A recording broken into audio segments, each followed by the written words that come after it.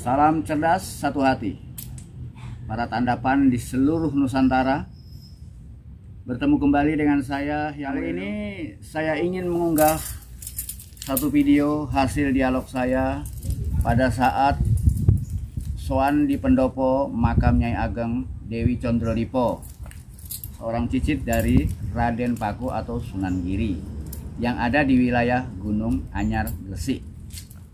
Pada awalnya saya, Hyang Weldo, bersama-sama dengan Mbah Geng, Mas Eko Risaldi, Mas Rohman, Mas Wahyu, Mas Enggar, dan para tandapan lainnya bersama-sama soan ke hadapan Nyai Ageng Dewi Skardadu di pemakaman Gunung Anyar. Perlu diketahui, Nyai Ageng Dewi Skardadu adalah seorang ibunda dari Sunan Giri.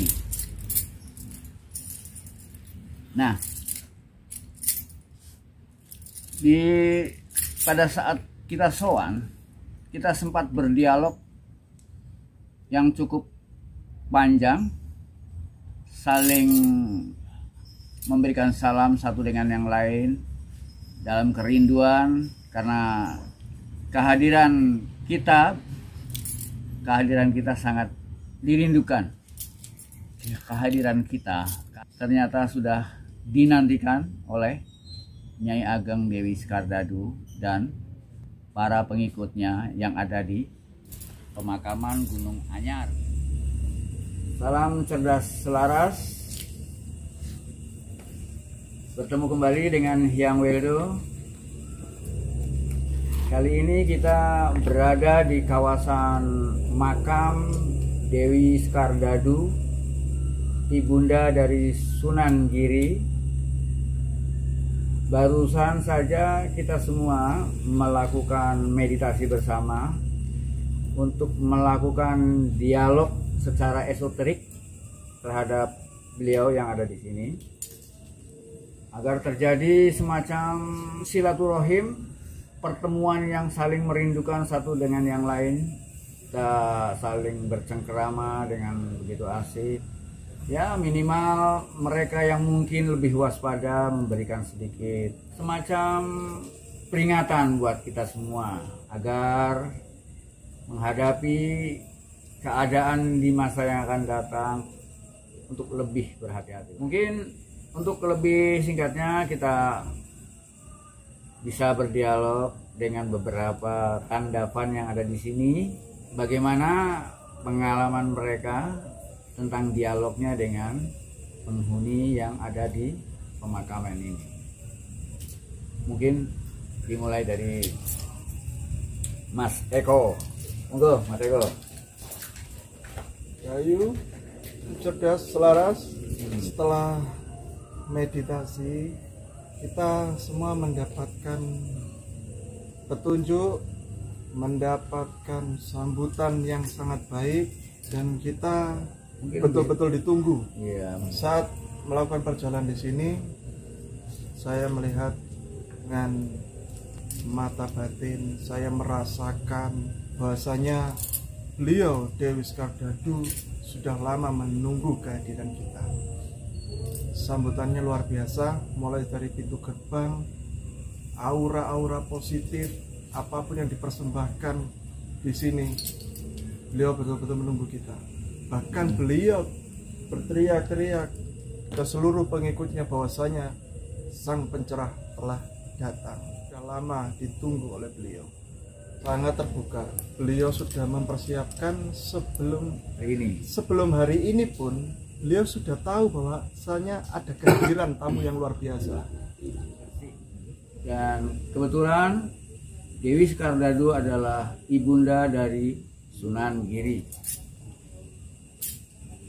Memang rencana kita kesini pun sebetulnya tanpa disengaja, gitu kan? Assalamualaikum. Tanpa disengaja. Assalamualaikum. Waalaikumsalam. Ngapunten nggih, nun sewu, saking pundi?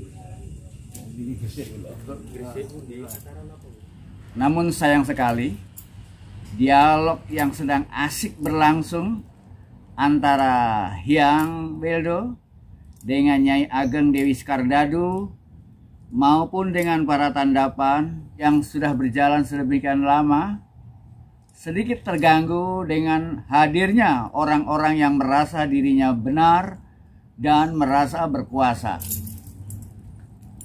Dan pada akhirnya kita tidak mampu melakukan apapun karena kita juga tidak menginginkan adanya keributan yang berlebihan untuk hal-hal yang semacam ini.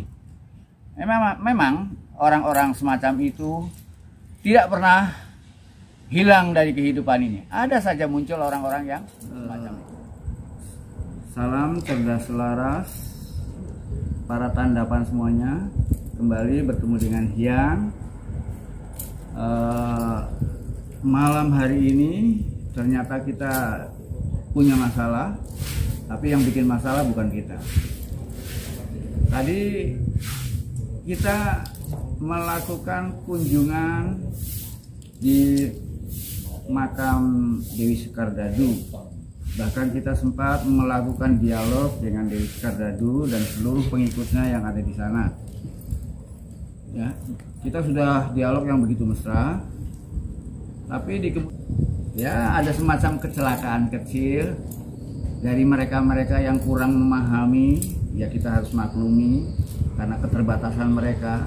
Mungkin ini juga efek dari pendidikan yang kurang total terhadap bangsa ini, sehingga terjadilah yang tidak seharusnya terjadi. Karena kejadian-kejadian tadi, ya ini kejadian-kejadian yang sering kali dilakukan orang-orang yang merasa dirinya benar, kemudian menganggap yang lainnya salah, selalu yang seperti itu. Dan kita ya harus mengalah. Dan pada akhirnya kita datang di sini di makam Nyai Condrodipo. Ya, masih ada keturunan dengan Sunan Giri. Ya, di sini kita mau melanjutkan lagi membicarakan hal-hal yang kita alami di sana, kan? Mengenai bahwa kita ke sana, kita melakukan kunjungan terhadap Dewi Skardadu. Bagaimana perlakuan Dewi Skardadu terhadap kita semua, ya? Yang tadi melakukan dialog yang cukup banyak dan jelas. Cuma yang tidak mau banyak cerita tentang bagaimana yang berdialog dengan Dewi Skardadu. Nah, yang berharap yang tadi meditasi bersama seperti Mas Joko, Mas Enggar, dan Mas Rohman bisa sedikit menceritakan, paling enggak memberikan gambaran apa yang terjadi pada saat Hyang datang bersama kita semua, bagaimana mereka menyambut kita. Monggo Mas Eko. Saat kita Pandawa bersama guru besar yang goyang, jangan sampai goyang, datang ke Dewi Skardadu, kita disambut sangat baik, sambutannya luar biasa. Bahkan sebelum kita datang, beliau sudah mempersiapkan segala macam. Mereka teriak oleh pengikut-pengikutnya bahwasanya sang pencerah telah datang. Kita betul-betul ditunggu, dipersiapkan, disambut dengan baik, suguhannya luar biasa. Beliau menceritakan tentang pertentangan anak dan ibunya, kejadian masa lalu seperti itu, dan betul-betul mengharapkan kedatangan kita. Ya, ternyata kejadiannya persis sesuai yang lalu, tapi di yang sekarang ini betul-betul menjadi pelajaran bagi kita, terutama untuk bangsa. Harapan beliau Dewi Skardadu untuk bangsa kita lebih baik, lebih damai, lebih cerdas, butuh pencerah-pencerah seperti itu. Mukanya sangat keibuan, sangat damai hatinya. Beliau juga sangat taat kepada orang tuanya. Beliau tadi memakai kerudung putih, kebaya putih dengan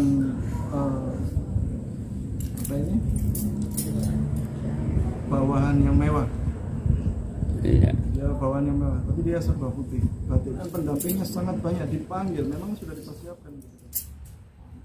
Apa boleh buat? Kami hanya bisa mengalah. Maka dengan terpaksa kami berpindah tempat, sekaligus melakukan kunjungan yang kedua ke Nyai Ageng Dewi Condrodipo di komplek yang tidak jauh dari pemakaman Dewi Skardadu. Perlu diketahui, Nyai Ageng Dewi Condrodipo adalah seorang cicit dari Raden Paku atau Sunan Giri. Dialog ini diawali dengan pertanyaan-pertanyaan dari Mbah Jenggot yang merupakan salah satu peziarah yang datang pada malam itu.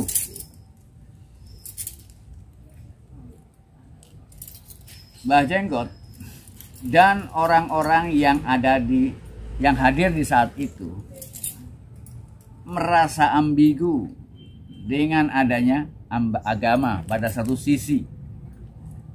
Pada satu sisi agama hadir sebagai tuntunan yang bisa mengarahkan manusia agar berperilaku baik. Namun di sisi lain, dan ini sudah menjadi fakta, banyak terjadi pertikaian bahkan peperangan antar manusia hanya dikarenakan terpicu dan terpacu oleh permasalahan-permasalahan agama dan perbedaan-perbedaan keyakinan.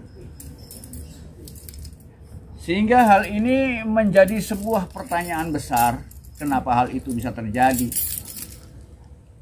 Bagaimana sesungguhnya kedudukan agama dalam kehidupan manusia itu?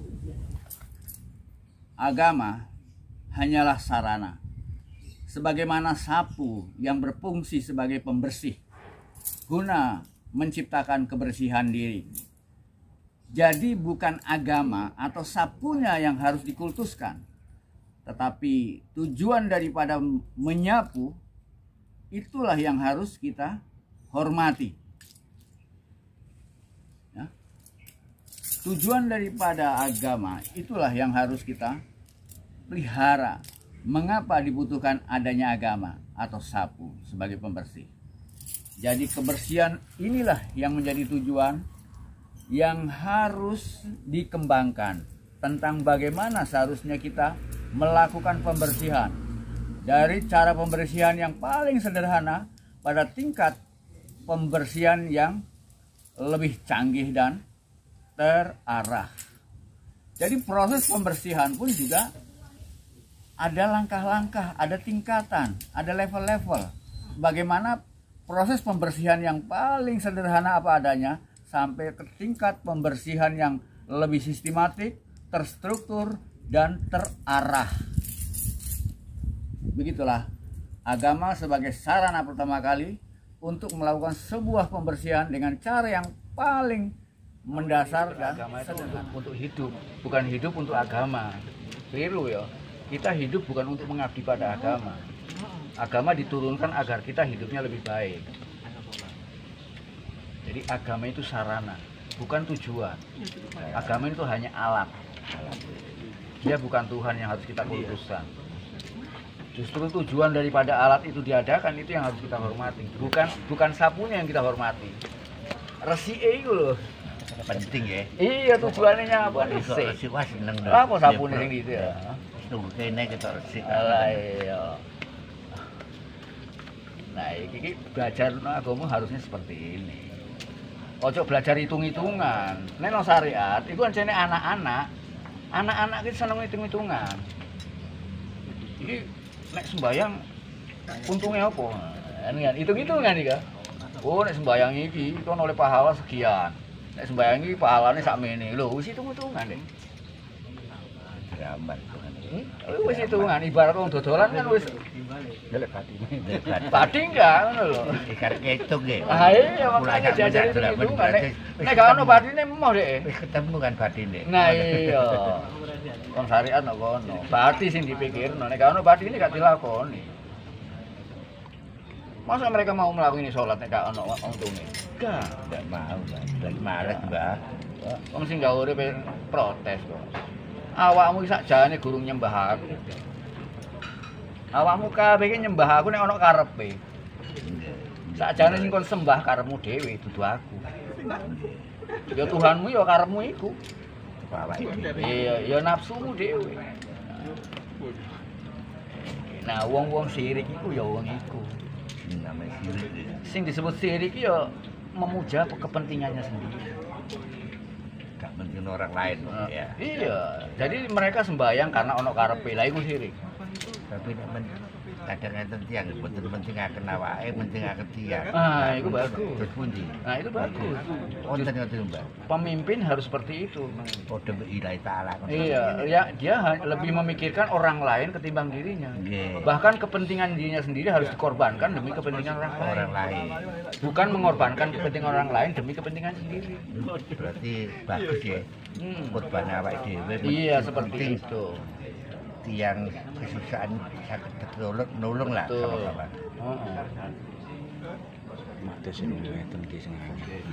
Oke. Matur suwun, Mbak. Monggo silakan. Iki lagi. Soalnya itu sak keluar apa saged bukan pendapat tak ngoten. Monggo silakan sampean bertanya lebih jauh. Monggo jenengan menulur tangan. Tuh, Loh, saya itu, Mbak. sing goblok iku sampean lho, pikiran. Tapi sak jatine sampean iku gak goblok. Yuk, jati dirine awake dhewe iki gak goblok. Sing goblok pikiran. Mangkane aja nututi pikiran. Sing butuh pelajaran iku pikiran. Sampean sekolah mulai SD, iku sing nyekolahno pikiran. Dudu nyekolahno sampean. Tapi banyak orang yang seringkali menyadari dirinya sebagai pikiran. Padahal pikiran itu hanya alat. Makanya nek arek sekolah iku ditakoki wong tuwa, "Nanti nak?" Jawabnya harusnya aku arep nyekolahno pikiran. Tapi uang menungso kan kebanyakan arep nih, Mak. Aku arep sekolah. Nah, berarti sih. Banyak yang rata-rata, Mbak. Nah, akhirnya dia tuh menyadari dirinya hanya sebagai pikiran. Sing sekolah DE. Tapi ya, Ini udah kekeliruan di tingkat mudah itu orang pertama. itu tahu kayak gitu tuh enggak semudah itu, Mbak ya. Lah iya makane kan butuh dionceki. Sing jenenge menungso iku sajane budak. Budak dari pikirannya sendiri. Dan itu mulai bayi manusia itu diperlakukan sebagai pikiran. Makanya spiritualitas itu satu jalan untuk menuju bebas, kebebasan. Bebas dari perbudakan pikiran.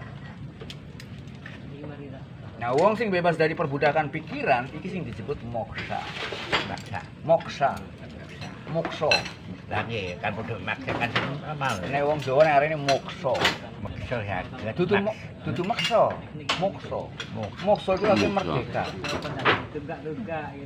Kayak merdekane bangsa Indonesia dari penjajahan Belanda.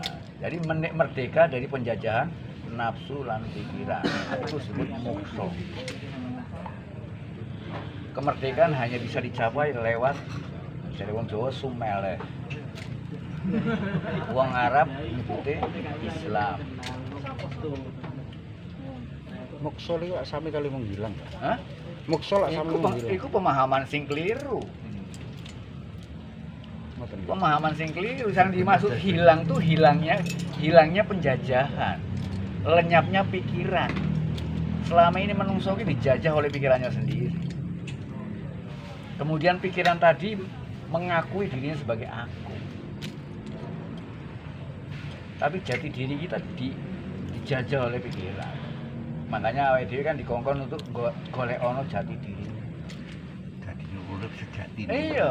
Nggih. Nah, untuk mencapai jati diri, makanya ketika manusia belum paham siapa dirinya dan ketika dia masih dijajah oleh pikirannya, itu disebut sudra. Itu disebut sudra. Sewu siji Pak. Nah, Terus konten sewu siji. Dirimu sapa tidak ngoten. nah iya. Makanya wong-wong kabeh nek guru nyadari sapa jati dirine, dia tuh masih budak. Sudra. Penyadar kadang. Iya, sudra kan sudra kan. Sudra. Tapi ketika manusia itu mulai menyadari bahwa kita ini dijajah oleh pikiran, dia sudah meningkat. Sadar bahwa dirinya dijajah. Meningkat menjadi waisa. Ya. Nah, ketika dia mulai menyadari ternyata kita ini diperbudak oleh pikiran. Dan kalau selamanya kita menjadi budaknya, maka kita tidak akan bisa mencapai apapun.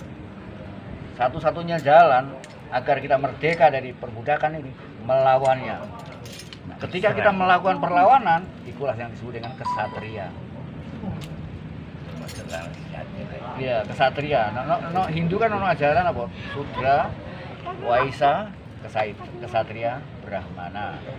Nah, ketika kita mampu mencapai kemenangan melawan diri sendiri, kita mencapai Brahmana. Brahmana itu adalah sang pemenang. Orang yang mencapai tingkat menjadi pemenang, dia disebut Muhammad, disebut Buddha, disebut Awatara. Jadi sebutan-sebutan Muhammad, Buddha, Awatara, Nabi, Rasul, Mesias, itu untuk orang-orang yang sudah mencapai kemenangan. Dia kembali fitri sebagai diri yang sebenarnya. Itu fitrah tuh di sana. Itu apa, hari raya Idul Fitri itu hanya hari apa, 1 bulan latihan untuk anak-anak. Makanya sebulan toh anak-anak. Jenenge mengendalikan diri ya seumur hidup, gak sebulan toh. Nah iya, sing sak wulan iku anjane gawe anak-anak.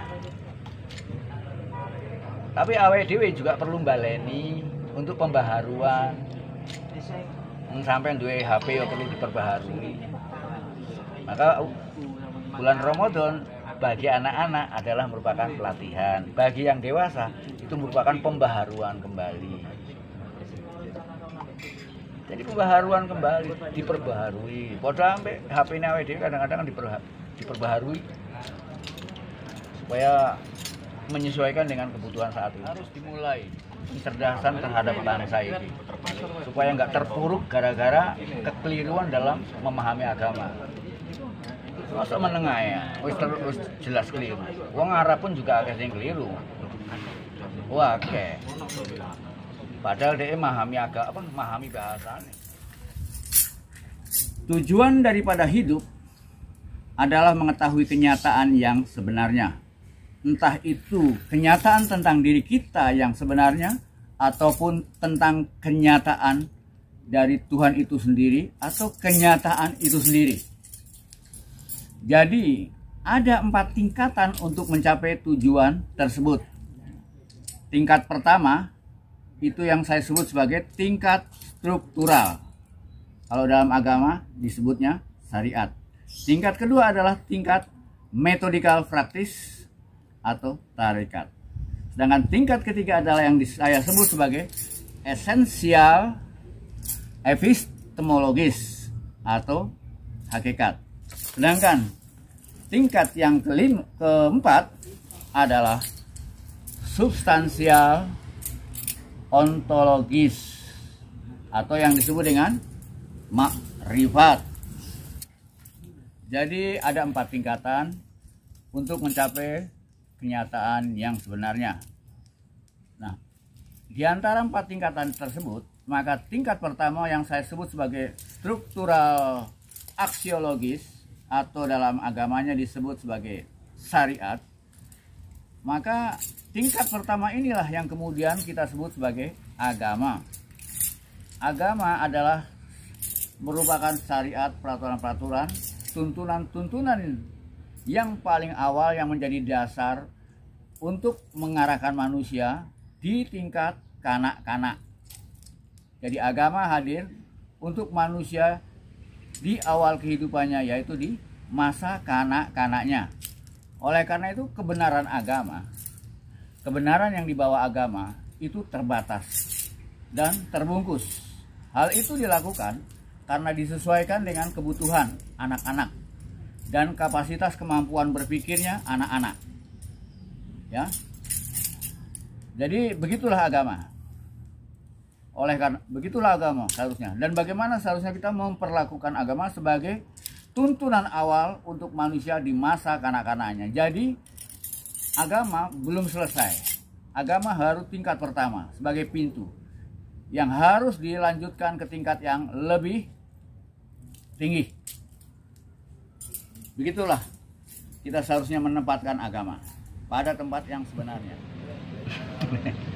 Makanya ketika Rasulullah Mi'raj dapat tawaran untuk syariat, coba istilahnya oleh ini loh, syariat ke umatmu. Terus mari ngono Nabi Muhammad dieling. Wah, ini kabotan ke umatmu. Jaluk diringankan kembali. Nah, akhirnya nawar. Umatku gak bakal kuat ngelakoni, ditawar maneh. Turunkan. Ketika diturunkan dieling maneh ambek umatmu gak bakal kuat ngono. Nawar maneh sampai ping piro nawar itu. Sampai akhirnya Muhammad izin dewi. Wah, izin aku nawar terusan. Artinya umatmu, ajaranmu memang luar biasa, tapi umatmu akhirnya pekok.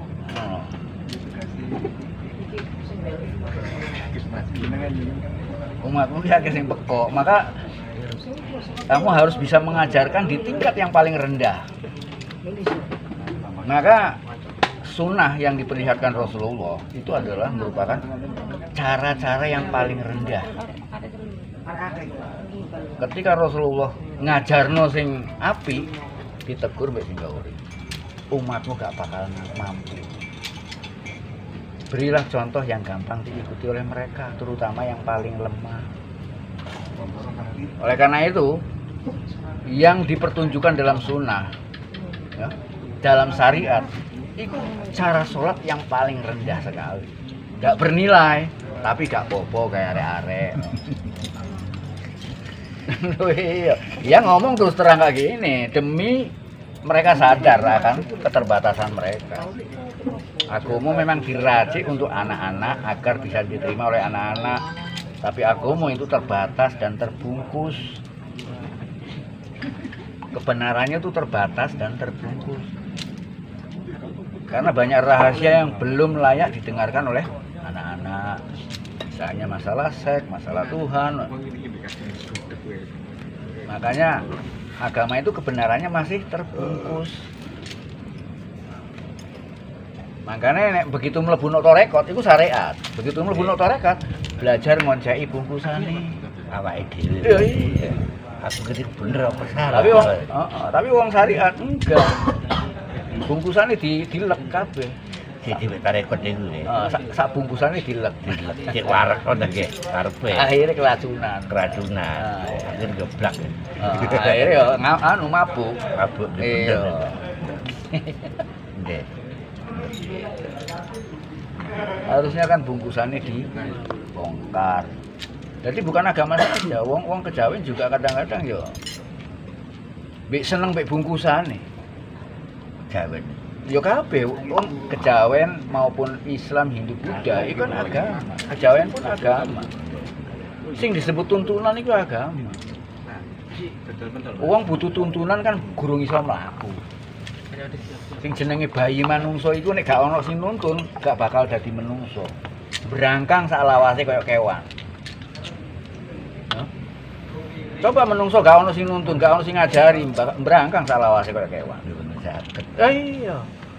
Makanya menungso ki butuh tuntunan yang membuat dia jadi manusia.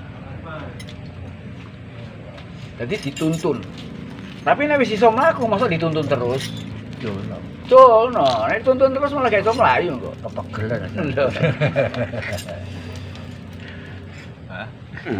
Iki sing nyekal kene iki jare. Mas apa? Siswanto. Wajahe meh kaya sing nok Saloko Gading Mas apa sing jenenge lali. Wajahe persis. Pajak pasaran. Iya, kan kadar pacaran kan. Iya. Berarti payuan ya. Saya melihat kerumunan manusia saya melihat kerumunan manusia itu terbagi hanya menjadi dua versi atau dua keadaan. Atau dengan kata lain, manusia saya lihat dalam struktur secara struktural itu terpisah menjadi dua kategori atau dua kelas. Ada kelas Gusti dan ada kelas Kawulo. Jadi yang satu mampu menjadi raja yang berkuasa atas kedaulatan dirinya sendiri, Sedangkan yang lain menjadi budak yang terjajah oleh pikiran dan egonya sendiri. Dan kelas ini ternyata jumlahnya sangat mayoritas dan hampir memenuhi masyarakat kehidupan. Tingkat selanjutnya, seharusnya manusia mulai menyadari bagaimana keberadaan dirinya yang selama ini terjajah oleh pikirannya, dan harus mulai meningkatkan diri, bukan hanya berhenti dan sadar sebagai daging. Ya, manusia yang terjajah oleh pikiran dan mereka tidak mampu melihat kenyataan sebagaimana kenyataan itu sendiri. Mereka hanya bisa melihat kenyataan melalui celah-celah jeruji penjara pikirannya sendiri, terkurung dan terkucil, merasa benar dengan segala prasangka dan pemahamannya. Oleh karena itu, kita harus mampu membebaskan diri kita dari semua keterbatasan pikiran kita, lenyapkan semua pemahaman yang kita peroleh dari pemikiran semata. Begitulah pengetahuan yang mereka miliki tidak lebih hanyalah sekedar produk dari pikiran mereka sendiri.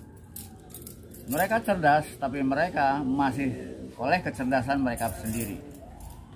Mereka belum mampu melepaskan diri dan membebaskan diri dari ketergantungan cara berpikir mereka yang dualitas. Bagaimana seharusnya kita memahami kenyataan ini yang bebas dari semua konsepsi dan semua pemahaman apapun juga. Bagaimana mencapai kenyataan yang sebenarnya tanpa prasangka apapun. Kesadaran yang mereka miliki baru setingkat sadar sebagai daging, sehingga pada saat mereka tidur, manusia sudah tidak ingat apa-apa lagi, tidak bisa berbuat apa-apa lagi, benar-benar tidak berdaya. Disitulah manusia hanya dibatasi oleh kesadaran daging, sedangkan kesadaran yang lain belum sama sekali tumbuh. Di sanalah seharusnya kita mulai terpacu untuk meningkatkan kesadaran kita, bukan hanya pada kesadaran daging, tapi ada kesadaran-kesadaran yang lebih tinggi. Ya, bukan hanya pada kesadaran jiwa, rasa, dan kita harus meraihnya lebih tinggi, lebih jauh. Untuk mencapai itu semua, maka spiritualitas adalah jalan. Iya, nek sampean sadar-sadar sukmo. Begitu turu sampean malah rogoku sik turu rek. Sampean mlaku-mlaku. Mlaku dhisik percuma nggo turak ngoten iki, Pak. Iya, turu ya. Mungkin kesel. Wis kok tak nggo maneh, tak istirahatno. Wis seger Tak nggo maneh. Ngoten nggih. Iya.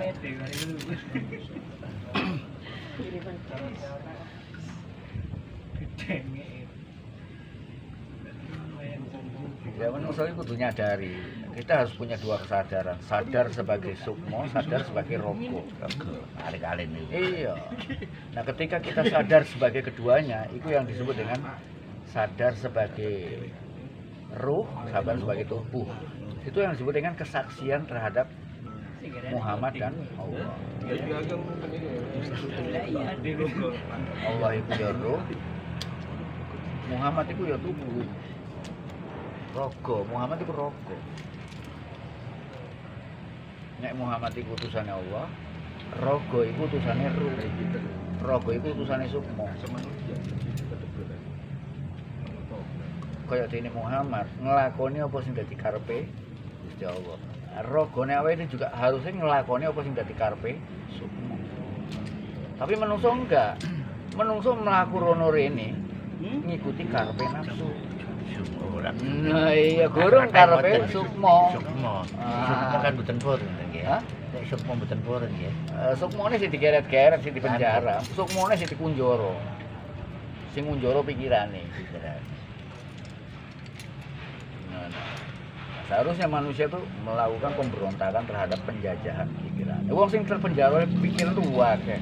Wong penganut agama, orang-orang sains, para filsuf. Wong dikunjur kabeh. Wah akeh, wong pinter ku dikunjur kabeh. Karena mereka masih tergantung mbek pikiran. Mangkane wong nek jarine leluhur nek kon pengin merdeka ya patenono karepmu. Patenono pikiranmu. Iku sing jenenge mati sak jroning urip ki nopo. Begitu leluhur gitu lah. Dan begitu leluhur mati. Iya, Kak. Ya leluhur ya para nabi yo ngelingno ngono. Tapi para penganute yo enggak ada beda mek kewan. Uripe cuma mangan turu mana. Nah, uripe ngono kan. Bendino sibuke hanya golek makan, golek ngombe. Sampai gak ono waktu untuk goleki jati dirine awake dhewe.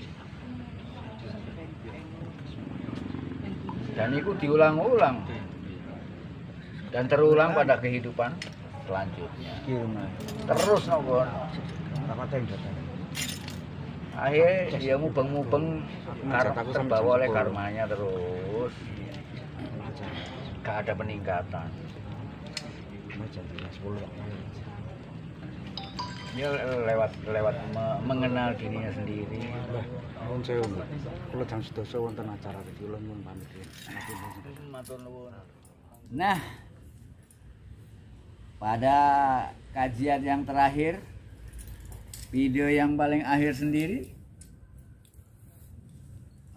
ternyata mereka lebih banyak bertanya tentang apa itu pakaian dan apa itu peraturan-peraturan yang berkaitan dengan pakaian, yang dalam hal ini seringkali selalu dikaitkan dengan apa yang disebut dengan aurat. Apa itu yang disebut aurat? Dan apa itu yang disebut dengan pakaian takwa? Mari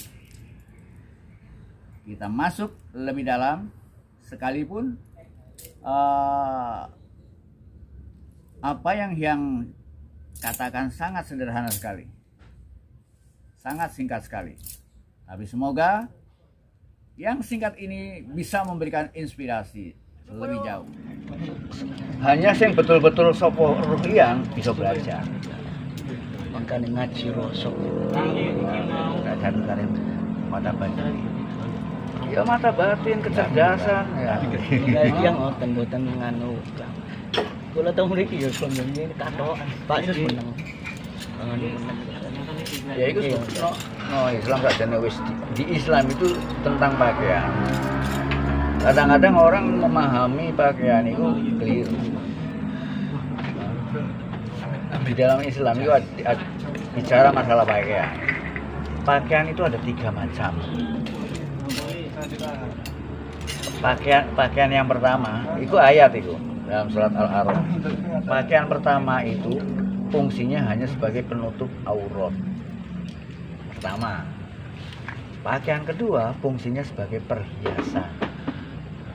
Pakaian yang kedua ini wong Jawa ngarani pakaian sebagai ajining diri, busana. Nah, itu perhiasan ajining diri.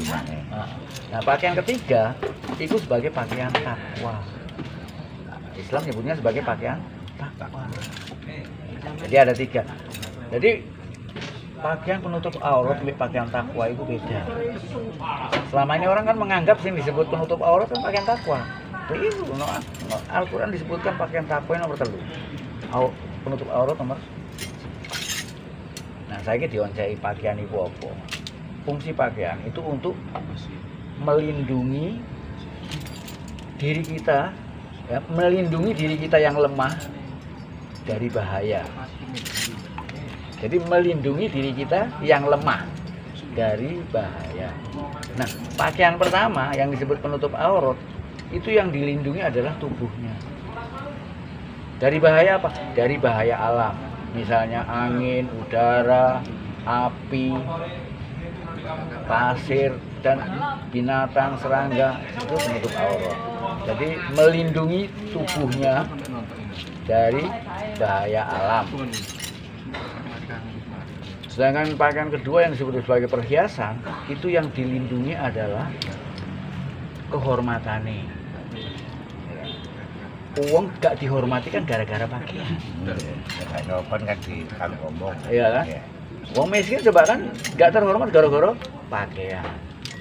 Coba wong pakaiannya api, nggo mobil sekalipun sewaan, wah dihormati. Iya kan?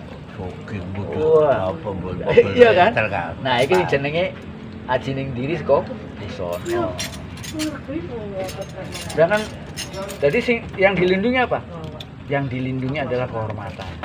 Agar di masyarakat dia dihormati. Itu ajining diri saka disono. Nah, pakaian yang disebut pakaian takwa itu apa sing dilindungi? Nek pakaian perhiasan itu yang dilindungi adalah kehormatan, maka pakaian takwa itu yang dilindungi hatinya. Dari apa? Hati itu punya kelemahan. Ngerti nggak? Tahu kelemahan hati? Hati itu kalau dipuji, lemah dia. Iya, makanya untuk melindungi hati agar tidak dipuji, maka dia berpakaian yang jelek. Dia takut dipuji itu ngeri. Maka dia untuk menghindari pujian, dia berpakaian yang buat omongan. iya, malah dia lebih suka dihina daripada di. Iya, memang kayak gitu. Ah, Malah seneng kalau di apa dikatakan orang jelek ya. Lu iya, lebih baik ketok elek ketimbang ketok api. Ya, wong iki ketokane api. Nah, berarti kan elek. Iya ya Pak. Gitu, jadi pakaian tuh hanya menipu. Tapi kita kan menyembunyikan Betul ya. ya ibaratnya awake dhewe wong apik tapi gak perlu diketok-ketokno apike. Ngono lho. Rata-rata ngoten. Tapi sing ber-L. Eh. Tapi wis goblok kan tonjol ke tengah gawe kan. Sedangkan yang lain supaya ketok api, kayak pakaian api, ngono kan. Gak ngomong Kayaknya gak peduli. Jelas kau. Kayaknya gak peduli dielekno wong atau enggak peduli.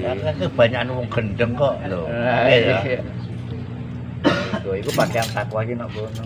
Lah malah remen paket sing ngoten niku. Gak ngomongan wong padha berdosa kali. Iya. Sajane luar biasa jalan Islam, luar biasa. Dan semua agama di mana-mana itu sama. Gak ada bedanya. Kan kali musafir kadang pakan orang-orang itu pakan gak karu-karuan itu. Yang musafir. Oh iya. Ya. Ciri khas. Jadi kan nggih. Nggih. Jamur kan juga Senenge komplek. tiang. Pakaian yang ini malah paling parah. Bendino gawe rok. Ya asli serban. Hah? Asli serbanan. Tak ngeten ya.